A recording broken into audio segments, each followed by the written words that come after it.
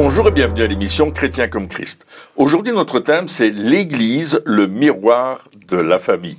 Alors Christine, tu vas nous lire un texte de Colossiens, je pense. Oui, alors qui va résumer un petit peu ce qu'on a dit dans les émissions précédentes. C'est dans Colossiens chapitre 3, les versets 18 à 21, qui nous dit « Femmes, soyez soumises à vos maris, comme il convient dans le Seigneur.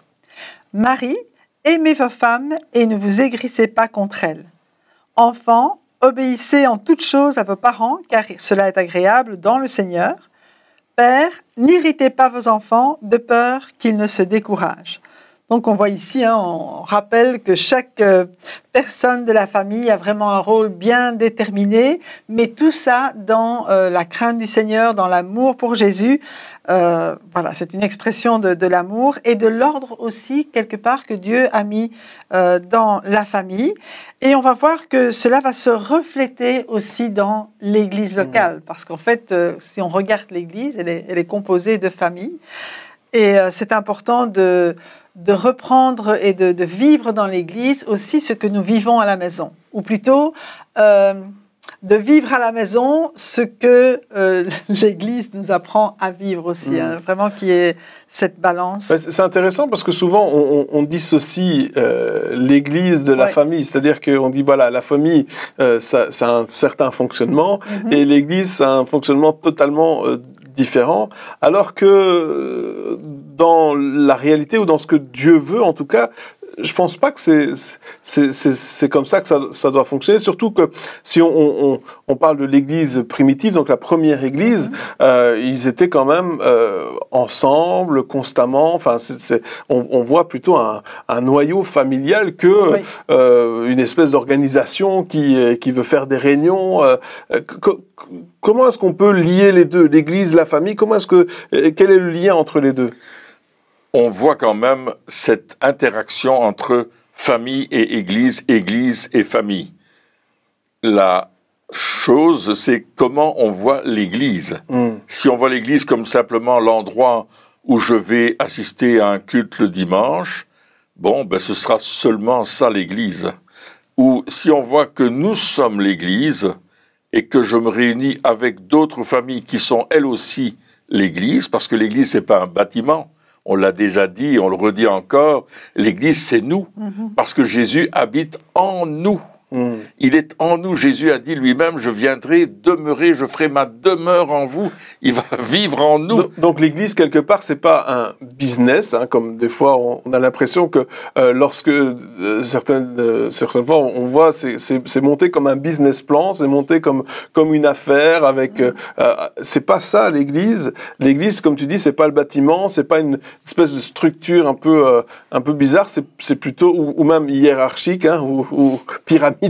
C'est plutôt c'est le reflet de la famille. C'est plusieurs familles qui se mettent ensemble et qui forment une grande famille. Une grande famille, ça. Oui. En fait, c'est vrai. Surtout que on sait que on dit souvent on est frères et sœurs, ce qui est vrai. La parole de Dieu nous le montre. Et en plus, on a le même Père. Donc forcément, quand on rentre dans ce corps de Christ, eh bien, on sait qu'on fait partie de la famille. Et ces familles ensemble, ça montre aussi que dans l'Église, il n'y a pas qu'une génération. C'est vraiment intergénérationnel. Les familles se rassemblent avec les enfants, avec les parents, les enfants, et ça forme une grande famille où il y a des adultes, des enfants, des plus jeunes, des plus âgés. Et c'est vraiment une question de relation. L'Église, c'est vraiment relationnel, exactement de la même manière que la famille, exactement comme Christ et l'Église, exactement aussi comme, si on veut réfléchir un peu plus haut, il y a le Père, le Fils, le Saint-Esprit, qui, on pourrait dire qu'ils font un, et on pourrait dire que c'est la première famille, quelque part. Et on est vraiment créé à l'image de Dieu, donc on peut fonctionner comme la Trinité divine, on peut fonctionner ensemble avec Dieu au centre, dans la famille, et de la même manière, Dieu nous appelle à fonctionner de cette façon-là dans l'Église locale, aussi bien sûr avec Dieu au centre et le Saint-Esprit qui vit en chacun de nous. Donc c'est ça, jeunes et vieux se réjouiront ensemble, c'est vraiment cette idée-là, parce que quand on parle d'une famille dysfonctionnelle, c'est une famille où soit il n'y a pas de communication entre le mari et la femme, ou entre les parents et les enfants. Hein. Il y a une dysfonction qui est là quelque part. Il y a quelque chose qui fonctionne pas. Il n'y a pas de dialogue. Il n'y a pas de vision commune. C'est une famille où chacun vit dans son coin quelque part.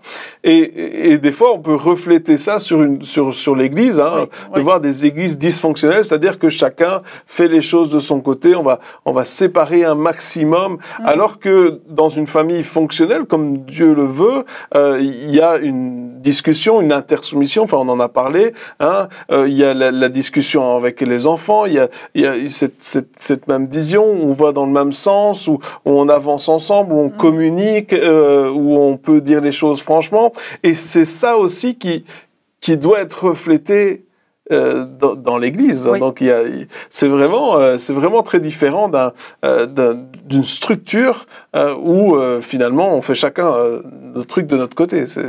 Oui. Encore une fois, il faut que la parole de Dieu soit au centre de nos activités, de notre vie d'Église, mais aussi que le Saint-Esprit nous conduise, nous révèle des choses, nous aide à grandir ensemble, et que là aussi, quand dans l'Église nous avons des conflits, et il y en a, parce que nous sommes différents, nous avons des personnalités différentes, nous avons des mentalités différentes, nous avons eu des éducations différentes, puisque l'Église est composée d'hommes et de femmes qui viennent des quatre coins de l'horizon, ils ne sont pas tous dans la même fonctionnalité, ils n'ont pas été éduqués de la même façon, et ils viennent ensemble, et puis là on va se frotter les uns aux autres, et c'est clair qu'on va apprendre à résoudre les problèmes. Et l'apôtre nous disait, confessez donc vos péchés les uns aux autres. Waouh! Alors une église qui vit, c'est une église qui va dire, moi je dois demander pardon pour mes fautes et mes problèmes, etc. Et c'est aussi pardonnez-vous les uns les autres. Si tu as quelque chose contre ton frère quand tu vas à l'autel, laisse-la ton offrande, viens te réconcilier. Si ton frère a quelque chose contre toi, va le trouver, mets-toi en ordre. Ouais. Il y a des activités que l'église va vivre comme on les vit dans la famille. Oui, donc quelque part, c'est un lieu, ça doit être un lieu sécurisé.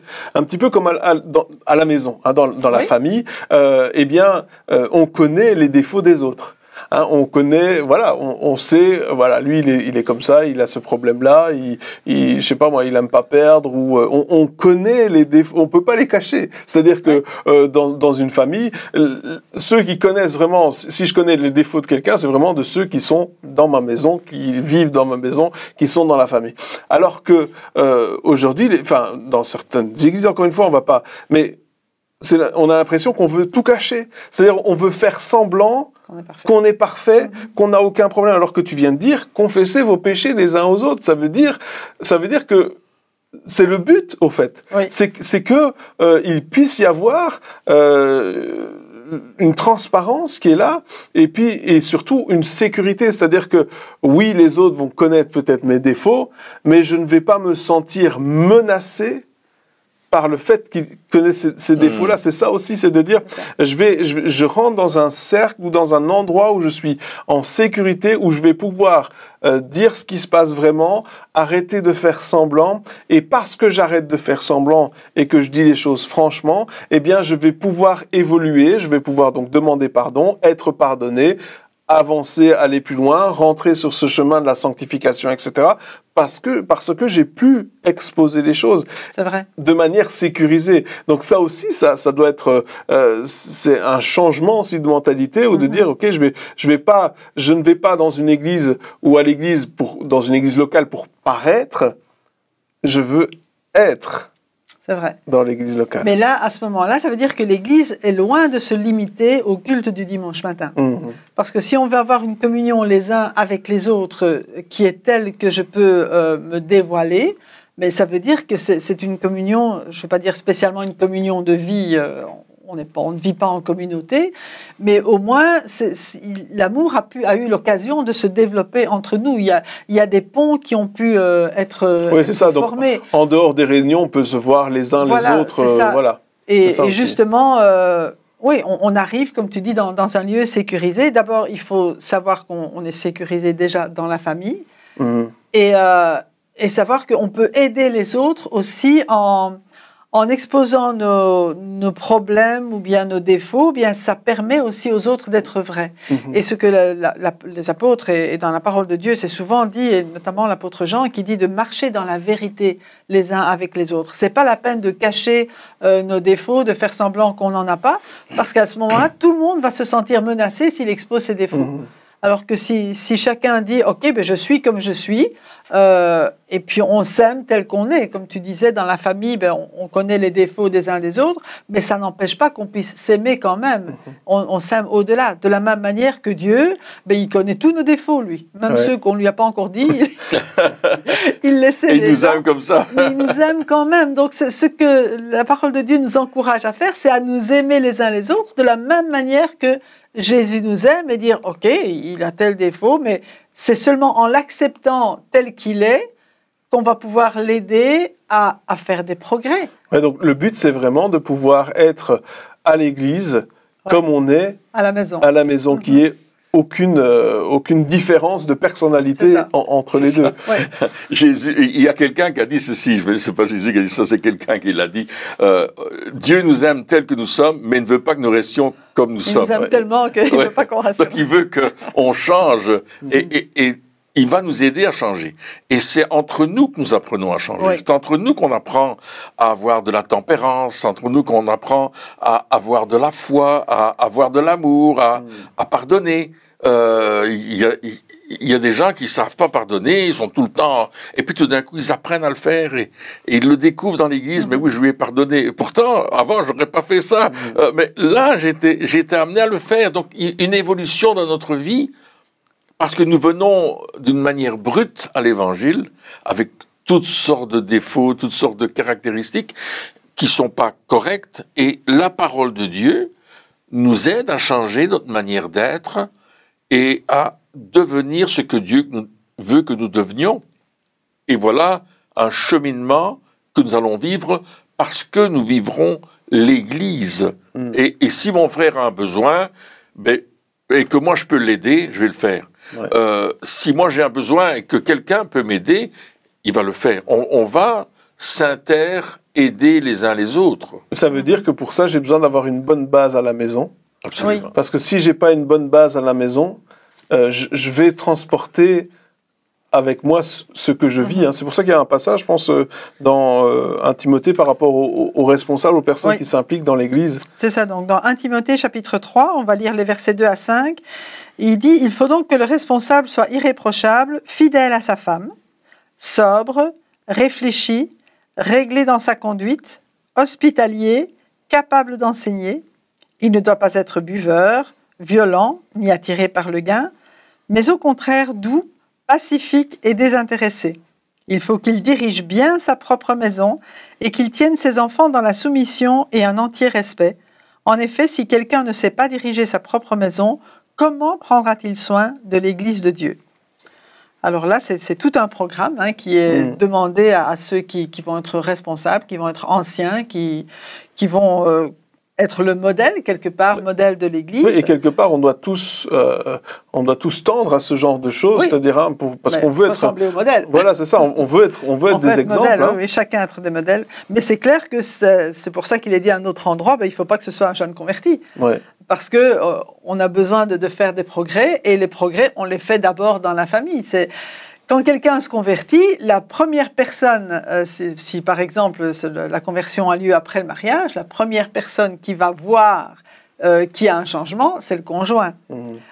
Ensuite, les enfants vont voir, tiens, papa, maman, ils sont plus pareils, qu'est-ce qui s'est passé ?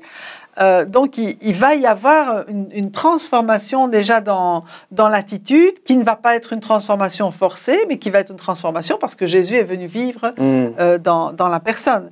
Nous, on a eu, par la grâce de Dieu, on a eu le privilège d'accepter Jésus avant de se marier. Ça, c'est vraiment quelque chose d'extraordinaire. Donc là, je lance un appel à tous les jeunes. N'attendez pas de vous marier, mais faites le bon choix tout de suite parce que ça va changer, ça va orienter toute votre vie de la bonne manière. Mais voilà, et on apprend au fur et à mesure avec le Saint-Esprit en nous qui va venir développer son fruit, qui va venir nous conduire dans une attitude qui va être de plus en plus conforme. C'est un progrès qu'il faut faire, plus en plus conforme à ce que Dieu nous demande. Et puis il dit ici, il faut bien diriger sa propre maison. Oui. Il y a quelque chose par rapport, je veux être un responsable, mais est-ce que ma maison est le reflet de ma responsabilité? Est-ce que ce que je vis en famille est le reflet de ma responsabilité? Et puis, quelque part, ça veut dire aussi qu'on conduit l'Église comme on conduit sa maison. Et c'est là le lien entre les deux, c'est de dire, est-ce que dans ma vie, est-ce que, voilà, j'ai commencé, parce qu'il commence en disant, ben voilà, ça doit être une personne d'abord qui est fidèle, etc. Donc on parle de la personne. Oui. En premier, c'est de dire, voilà, quelle est ma relation avec Dieu, et donc les fruits que je vais avoir vont découler de ma relation avec Dieu. Bien sûr, si j'ai une relation avec Dieu, eh bien, je vais être fidèle à ma femme, je vais être sage, je vais réfléchir, je vais être régulier dans ma conduite. Pourquoi? Parce que c'est des choses que Dieu va travailler dans ma propre vie en premier, et ensuite, après cela, eh bien, on voit que après, il faut qu'il dirige bien sa maison, qu'il dirige bien ses enfants. Et donc ça va être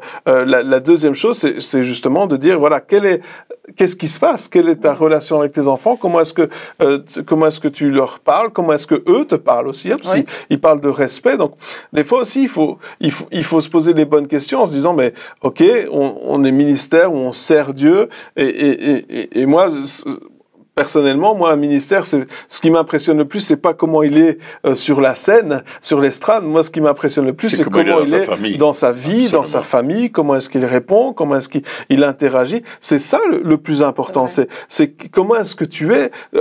Bien parler, c'est pas très très compliqué, mais vivre, ça c'est le plus important. Ouais. Et là, il commence, voilà, donc d'abord c'est toi, ensuite c'est la relation avec les plus proches, c'est-à-dire ta famille, ta femme, tes enfants. Et puis ensuite, parce que tu auras développé ces choses-là, alors tu pourras aussi diriger dans l'Église. Et donc, comme tu le disais, c'est quelque chose qui prend du temps. Oui. Hein, c'est pas du jour au lendemain. Les responsabilités, c'est très bien, mais ça prend du temps à dire, ok, je vais apprendre ces choses-là, je vais le faire, je vais laisser Dieu me travailler, parce qu'on a besoin que Dieu nous travaille, on a besoin que Dieu agisse dans notre vie et qu'il nous parle aussi, et qu'il nous reprenne, et voilà. Donc toutes ces choses-là. Et puis ensuite, on va voir, on va pouvoir réagir avec l'Église comme on a réagi dans la famille. À la maison. Ouais. Les choses qui ont fonctionné, c'est ça qu'on va faire.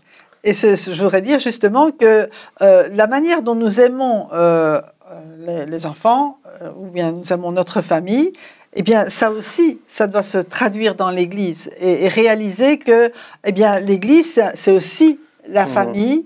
Et si on a, je veux dire, de l'amour, si on a la miséricorde pour nos enfants, nos enfants, c'est clair qu'on va les reprendre s'ils ne font pas quelque chose de bien, mais on ne va pas jamais arrêter de les aimer, jamais arrêter de les accueillir, quoi qu'ils soient. Et je pense que notre attitude vis-à-vis des personnes de l'Église, ça doit être pareil.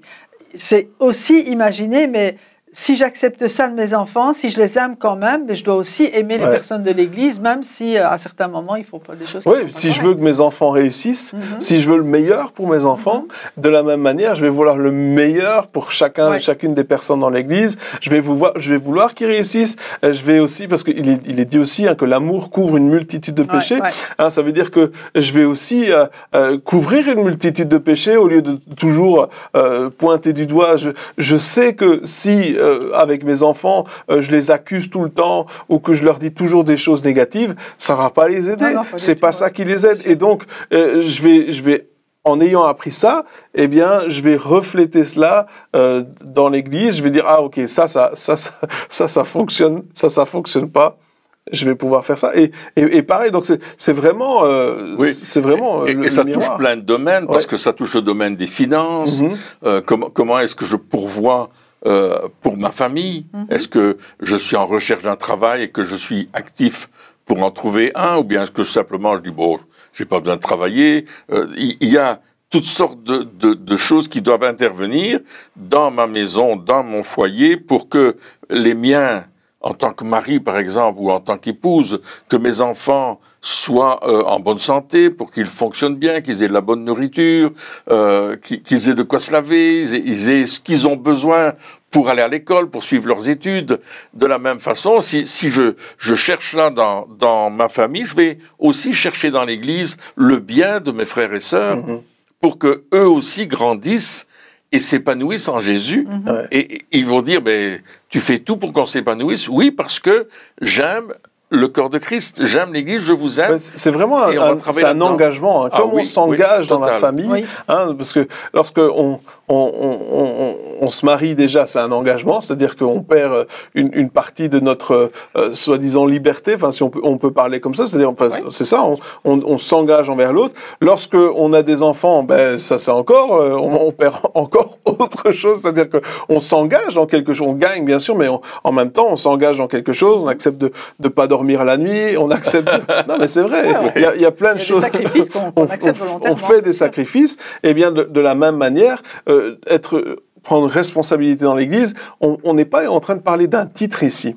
Non, hein, on dit pas le fait d'être père ou mère, c'est pas un titre, c'est une fonction qui prend notre temps, qui prend notre énergie, qui prend tout ce qu'on a, notre vision. Et de la même manière, lorsqu'on s'engage dans une responsabilité dans une Église, on doit avoir la même vision des choses. C'est de dire, j'accepte pas un titre. J'accepte une fonction, quelque chose qui va me prendre de l'énergie et c'est normal.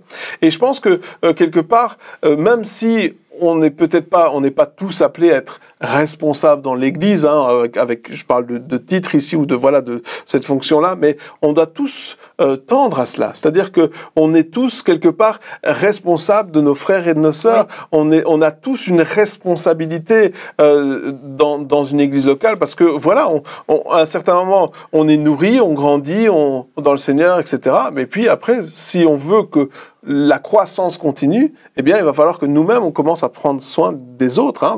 C'est comme ça que ça fonctionne. Donc, on doit rechercher d'avoir cet exemple, ce modèle de vie, en disant, voilà, je vais me surpasser. Et c'est ça qui se passe aussi lorsqu'on devient parent, ou lorsqu'on se marie, ou plutôt, mais disons lorsqu'on devient parent, eh bien, on croit qu'on a besoin absolument de 10 heures de sommeil ou de 8 heures de sommeil. Et on découvre qu'on peut vivre avec quelques heures seulement. C'est-à-dire que, c'est vrai. Il faut nourrir les enfants la nuit, il faut s'en occuper. On découvre qu'on est capable. On ne pensait pas qu'on était... Et c'est ça aussi. Et lorsqu'on accepte ses responsabilités ou quand on découvre que les limites qu'on pensait avoir au niveau de notre spiritualité, on peut les dépasser. On peut aller plus loin. Tu peux prier un peu plus. Tu peux passer un peu plus de temps avec Dieu. Tu peux lire un peu plus, etc. On découvre que ces limites qu'on s'était fixées, quelque part, on peut aller plus loin. C'est ça aussi, cet engagement dans ces responsabilités. Et puis notre joie, c'est de voir les autres évoluer. C'est ça. C'est de voir nos enfants grandir, nous dépasser. Nous dépasser, c'est ça. Aller beaucoup plus loin que nous, prendre d'autres responsabilités que nous, on n'a jamais pensé prendre, et les voir grandir, et à un certain moment, quitter la maison pour former leur foyer, et avoir leur propre famille. Ouais. Et voilà, le plan de l'Église aussi, c'est que on veut voir les autres grandir et nous dépasser, et prendre des responsabilités auxquelles on n'avait peut-être pas pensé qu'ils prendraient, mais d'être heureux et d'être volontaire de les laisser grandir. On ne veut pas les étouffer, on veut les élever, c'est ça. Absolument. Et ça montre aussi que de la même manière qu'à la maison, c'est pas le papa qui fait tout. C'est vrai. Non, mais c'est vrai. À l'église, c'est pas le pasteur qui fait tout non plus. Donc, comme tu dis, l'important de permettre aux autres et de donner les outils, je vais dire, aux chrétiens pour que eux-mêmes prennent leurs responsabilités. C'est exactement ce que je voulais dire. C'est vraiment important que chacun prenne sa place et aussi de les aider à découvrir leurs dons. Les aider à découvrir les capacités que Dieu leur a données. Et les encourager là-dedans. Leur donner l'espace pour qu'ils puissent justement les développer. Hein. C'est comme ça qu'ils pourront, comme tu dis, être plus grands que nous et grandir si on leur donne la possibilité et s'ils réalisent que eux-mêmes, oui, Dieu a mis quelque chose en eux, il y a des aspirations, et plutôt que dire « Ah ben non, tu es trop jeune, tu ne peux pas faire ça », non, qu'ils apprennent. C'est vrai. Les bébés dans la famille ne font rien. Oui. Mais dès qu'ils arrivent à un certain âge, Oui. eh bien, on implique les enfants Oui. dans ce qu'on fait. Moi, j'ai été impliqué très tôt dans tout ce qu'il y avait à faire, mais ça aide. Oui. C'est-à-dire que ne pas laisser la place aux enfants, dire que les enfants n'ont rien à faire, ça ne les aide pas, Non, dans le pas sens du tout. où à un certain moment, ils vont arriver à l'âge adulte et ils ne sauront rien faire du tout. Ils ne seront pas capables de faire quoi que ce soit. Ils auront tellement été dépendants des parents qu'ils ne seront pas capables de rien faire. Et ça, ce n'est pas une famille fonctionnelle. Une famille fonctionnelle, c'est quand on donne aussi de l'espace aux enfants en leur apprenant, on parlait d'éducation, en les éduquant à faire les choses. Et quoi de mieux que par la pratique, en disant, ben voilà, aujourd'hui, c'est toi qui vas faire à manger, ou je vais t'aider à faire à manger, ou peu importe. Et là, on leur apprend des choses, ils le font pratiquement. Et ça fonctionne pareil à l'église, c'est-à-dire que on va accepter d'avoir un repas qui sera peut-être discutable à un certain moment, parce qu'on veut le bien de nos enfants, Oui. parce qu'on veut les aider à grandir. Et dans l'église, c'est la même chose. On va accepter d'avoir peut-être un service qui n'est pas parfait, mais parce qu'on veut leur donner la place et on sait que ça va les aider. Et donc, le but, c'est pas de rechercher une espèce de plateforme où on va essayer de montrer quelque chose. C'est plutôt de prendre chacun et de les élever et de faire développer les gens qui sont à l'intérieur de l'église plutôt que juste une façade. Alors quand tu parles du repas, c'est vrai que si le repas au début il est un petit peu difficile à digérer, mais quand la personne à qui on a donné ces responsabilités nous fait un repas 5 étoiles, alors là on dit waouh, on a bien fait, on est content de le laisser faire et de continuer, parce que maintenant c'est un repas 5 étoiles. Nous on vit ça à la maison et on est vraiment heureux de le vivre parce que on a laissé la place. Fais tes recettes, allez, invente quelque chose. Alors à certains moments c'était raté, etc. Mais on honorait quand même le fait que ça avait été fait. Et je pense qu'au niveau de l'Église, c'est la même chose. On peut apporter une prédication. Moi, je me souviens de ma première prédication, mais c'était terrible. J'ai presque menacé les gens pour qu'ils se convertissent. Je leur ai dit des trucs que j'aurais jamais pu dire. Et il y a une dame qui m'a dit... Non, je n'oserais pas répéter. Il y a une dame qui m'a dit « Oh, les pasteurs, aujourd'hui, ils ont un de ces langages. » Je me suis dit, mais il y a eu du résultat. Il y a des gens qui se sont convertis. Ouais, ils ont eu peur. Et qui ont donné leur vie à Jésus. Ils étaient tout tremblants. Oui, ils ont peut-être eu peur.